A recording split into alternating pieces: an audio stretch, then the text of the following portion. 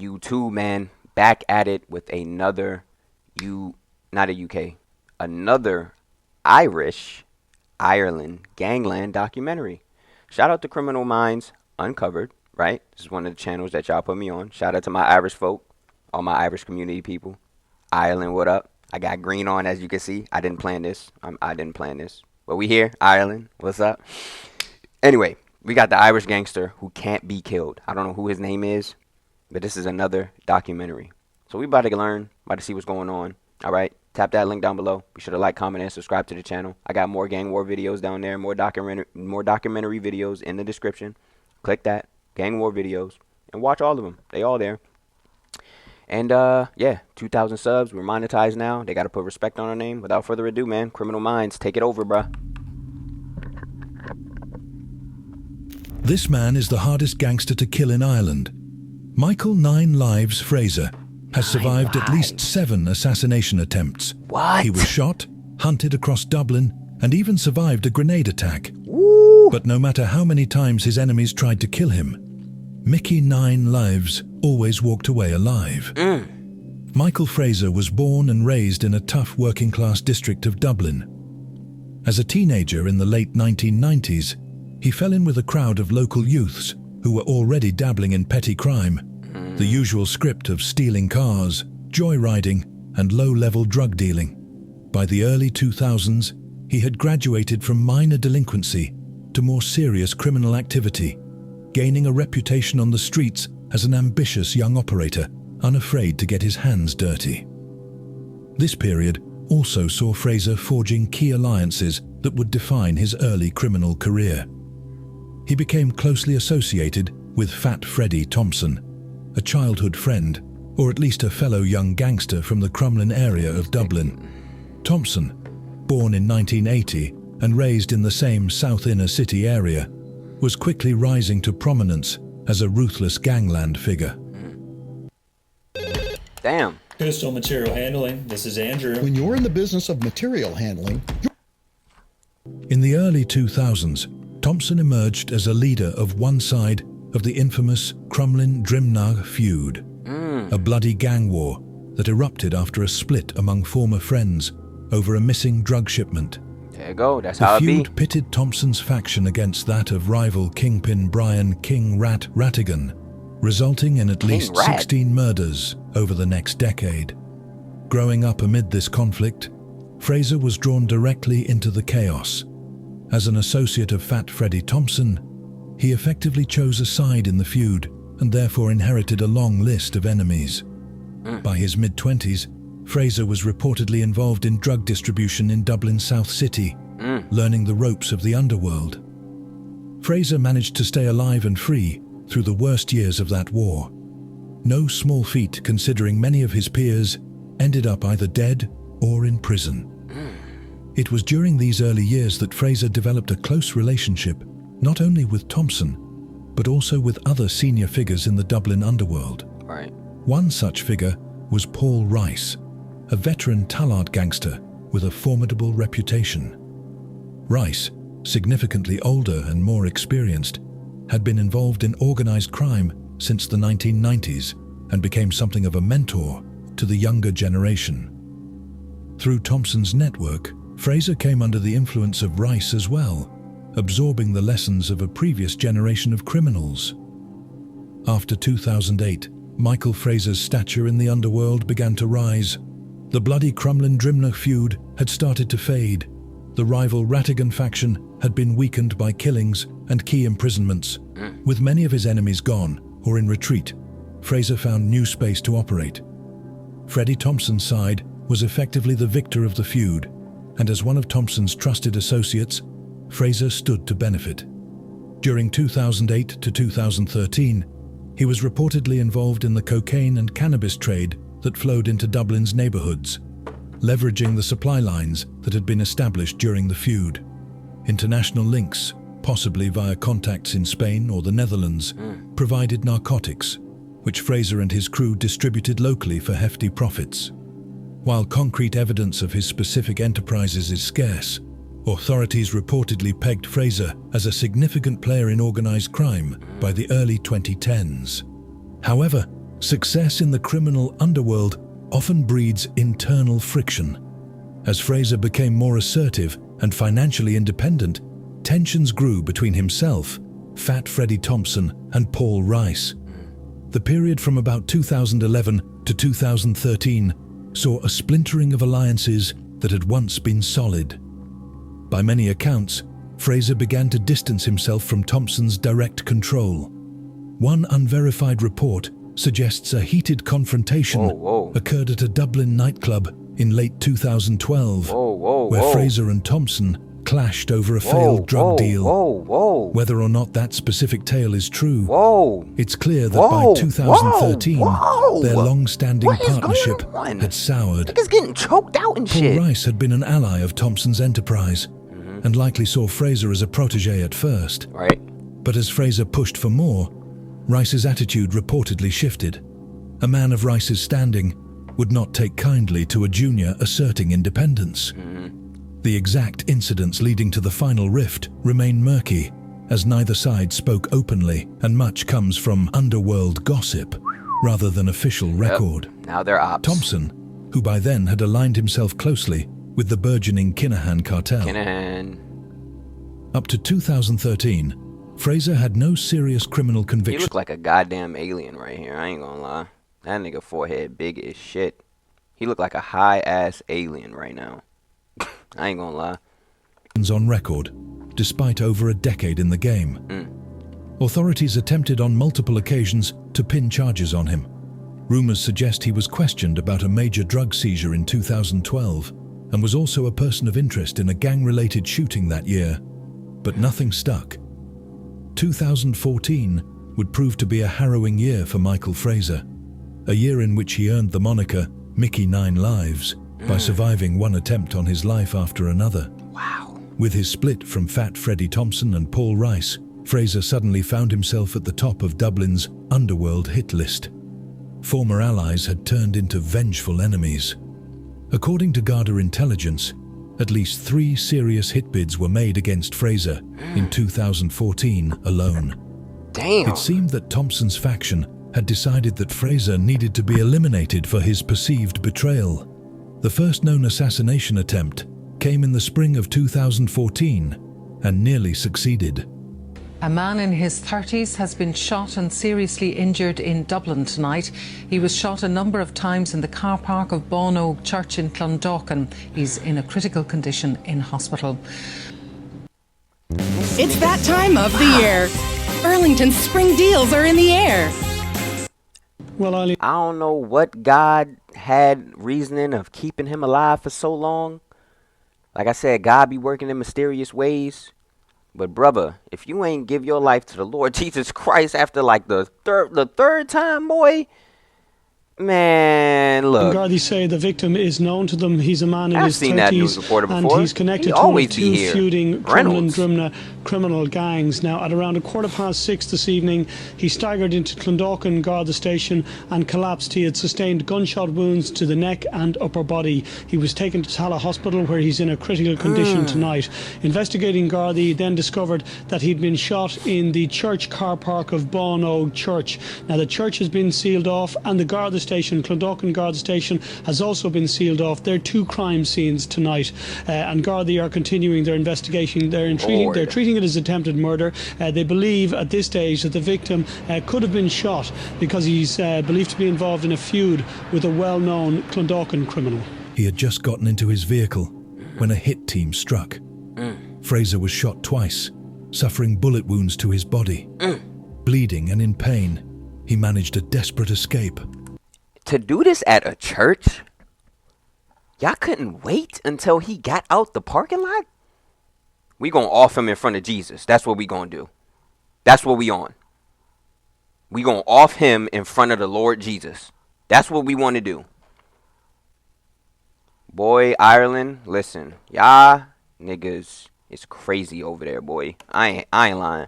When Y'all a hit crazy. team struck, Frazier was shot twice, suffering bullet wounds to his body. Bleeding and in pain, he managed a desperate escape, slamming his car into gear and speeding away from the scene. He drove straight to the nearest Garda station seeking sanctuary. At the Garda station, Frazier was given medical assistance for his wounds. However, when detectives tried to question him about the incident, he refused to He didn't say cooperate. nothing. Yeah, he ain't He say wouldn't nothing. name his attackers or even describe what happened. He went so far as to refuse police access to his medical records from the hospital treatment. This stonewalling meant that authorities had to rely on their own detective work to solve the case. In this instance, they caught a break. The gunman who shot Frazier turned out to be James Nellie Walsh, a young associate of Thompson. In a twist almost darkly comedic, Walsh actually shot himself in the leg while fleeing the scene that day, leaving behind forensic evidence. Within months,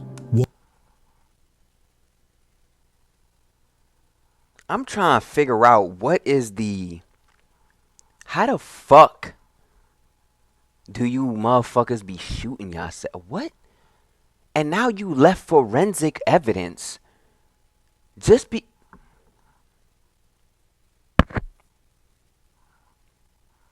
Walsh was arrested and Don't ask questions, charged. Jason. Just To avoid a full Just trial, learn. he eventually pleaded guilty to possession of a firearm with intent to endanger life, and the more serious charge of attempted murder of Frazier was dropped as part of the plea deal. Walsh he got a received plea a deal. 10-year prison sentence snitching. for the botched hit. While the March 2014 shooting was the most documented attempt on Frazier that year, it was far from the last. In the wake of Walsh's failed hit, Frazier's enemies did not relent. At least 2 more attempts on his life unfolded in 2014. The details of these incidents are less public. In one reported instance, gunmen opened fire on a car they believed Frazier was traveling in, only to find their information was bad. Frazier wasn't in that vehicle. On another occasion, a pair of masked attackers tried to corner him outside a friend's residence, riddling the area with bullets. Miraculously, Frazier escaped yet again. Each time, he refused.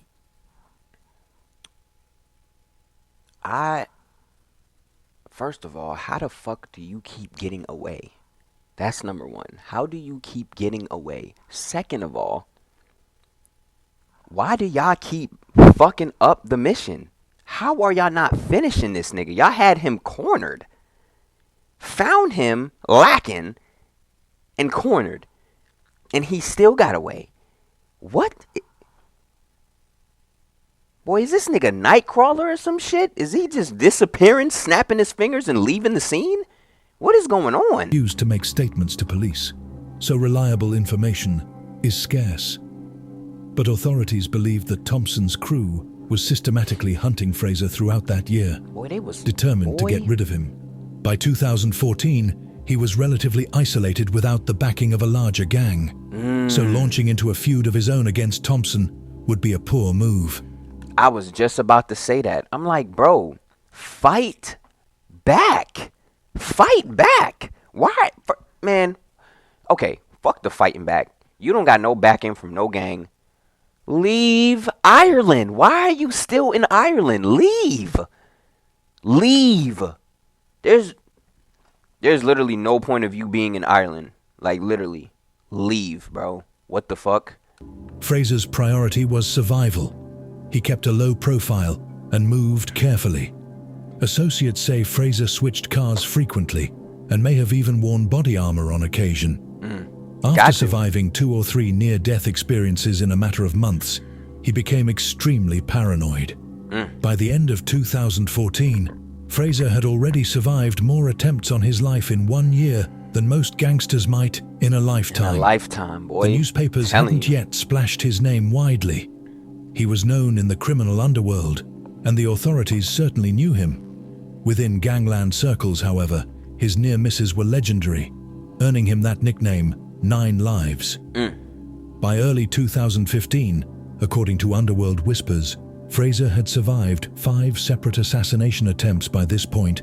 After the 5th hit attempt was narrowly dodged, Frazier finally made the life-saving decision. He fled Ireland. Thank the you. exact timeline of Frazier's departure is not public, but sources indicate that at some stage in 2015, he packed his bags. And got the New fuck. Cantu Thank waitlist you, bruh. collection. Powered there's by Blue nothing for Agave you in that Ireland locks right in now, my moisture nigga. and fights frizz. Like, there's nothing for you in and Ireland. went into exile. You don't got Kinahan on your back no more. You know what I'm saying? You don't got none of them, bro. Get the fuck. That's it. After escaping to the UK, the trail suggests Frazier moved further afield in Europe. He went to the UK. Spain is often a destination for fleeing Irish gangsters, Yeah. ironically they nicknamed love the Costa Spain. del Crime for its history of harboring fugitives. There were unconfirmed sightings of a man resembling Michael Frazier in the Costa del Sol in late 2015, mingling in the Irish pubs frequented by exiled criminals. It would have been a risky choice. Spain was, after all, home base for the Kinahan cartel, effectively the same network that wanted him dead. For about 2 years, Frazier lived in this limbo. By 2016, the landscape in So Dublin... hold on. The Kinahans want this nigga dead? Ain't too... Look, the Kinahans want you dead, boy. We already learned about them. Ain't too hopeful a lot of niggas when the Kinahans come after you. Dublin's underworld began shifting Except dramatically him. Except him. into another feud, the explosive Kinahan-Hutch feud, which was consuming the attention of his would-be assassins. Frazier must have watched these developments from afar, and at some point, he judged that the scales might have tilted enough in his favor to attempt a return.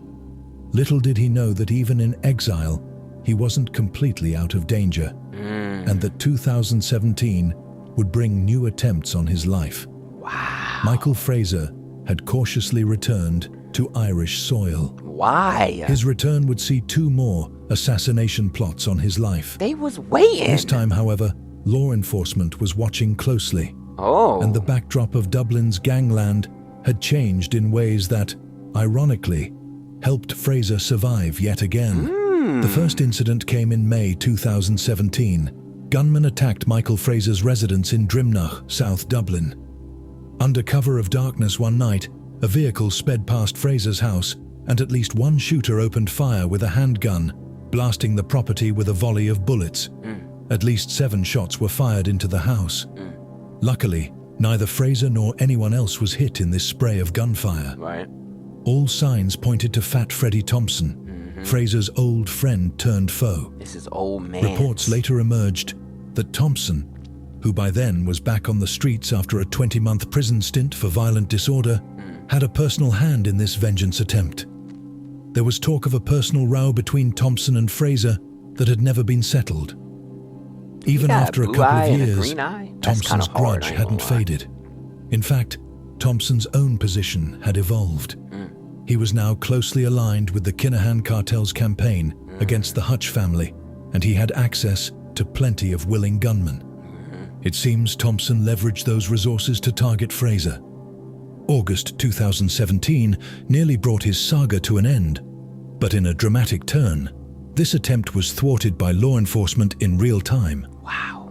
The authorities were deeply invested in cracking down on gangland violence due to the escalating Kinahan-Hutch feud. This meant unprecedented surveillance and intelligence efforts targeting key cartel figures and their hitmen. They're not playing with y'all. Frazier, as a known target of the Kinahan-Thompson faction, indirectly benefited from this increased police scrutiny on the gangs. In late July 2017, Garda detectives received confidential intelligence that a hit was being organized on a man in Drimnagh. That man being Michael Frazier. Yep, 9 They lives. identified suspected operatives and even a vehicle, a white transit van, that the hit team intended to use. Boy. Authorities covertly... And you saw how the van looked. You would not think from a can of paint. You the target, you walking on the street. You look at some van with some logoing on it. You not thinking them niggas is going to hop out of that. But indeed, they are hopping out of that. Real shit. Placed a recording device and GPS tracker in the assassin's van. They had the vehicle under constant surveillance as it moved around the city. The would-be hitmen, later identified as Stephen Dunn and Gary Gleason, were heard discussing like their father murderous and son. plans unaware that every word was being recorded inside the bugged van. Wow. A special criminal court has heard how Gardaí intercepted 2 hitmen on their way to carry out a contract killing following a surveillance operation. 34-year-old Gary Gleeson from Muskerry Road in Ballyfermot and 39-year-old Stephen Dunn from Mela on Reed Drive in Lucan were described as foot soldiers who were hired by senior crime figures to kill another man. Wow. On the 7th of August, they knew something significant was being planned and that the men had a loaded firearm in the van. Yeah, man, it's I ain't gonna lie, bro. If y'all don't know who Mac Moolah is, he's a YouTuber in America and shit, bro. Look him up. You know, I be getting his perspective. I fuck with his perspective. Yeah, this street shit, this crime shit, unless you doing it at the height level that Cartels and Kinahan and Hutchison, the rest of y'all gang members, that's just riding in, hopping out the ride, and, you know, this, that, and the third, and you got ops, bro, y'all gotta cut that shit out. It's no point, bro. It's no point. We just seen Dig Dat get put away, all right? We seen a lot of these motherfuckers getting put away. Suspect got put away. Everybody getting put away, bro. This shit is not a game no more. The streets is dead. Stop hopping out the ride and chinging niggas, bro. They will find you. They're going to find you, bro. They're going to find you. Okay? You do that, they're going to find you. It don't matter. They still will find you. It doesn't matter, bro. If you not on the level of Kinahan Cartel, Hutchison Cartel, all these cartels, all these crime family, if y'all not on the level of that, there's no point of doing crime no more, bro. You really got to be a professional crime killer to do any type of crime successfully and not be caught. Because they catching people for M's. It's 2024. 2024 was the year of truth. 2025, niggas is getting locked up, bro. Everybody's getting locked up. Over here, too, in America. They getting locked up over here, too. I'm telling y'all, bro, this shit is not a game, bro. They locking people up. They will find you. They heard this is exactly the feds. what was planned. They're not playing with y'all. They heard Gary Gleeson tell Stephen Dunn to aim for the head. He said, headshots, or we won't get effing paid. Dunn describes how he'll shoot once, then keep walking right up to the windscreen and keep shooting. Gleeson then says, riddle him.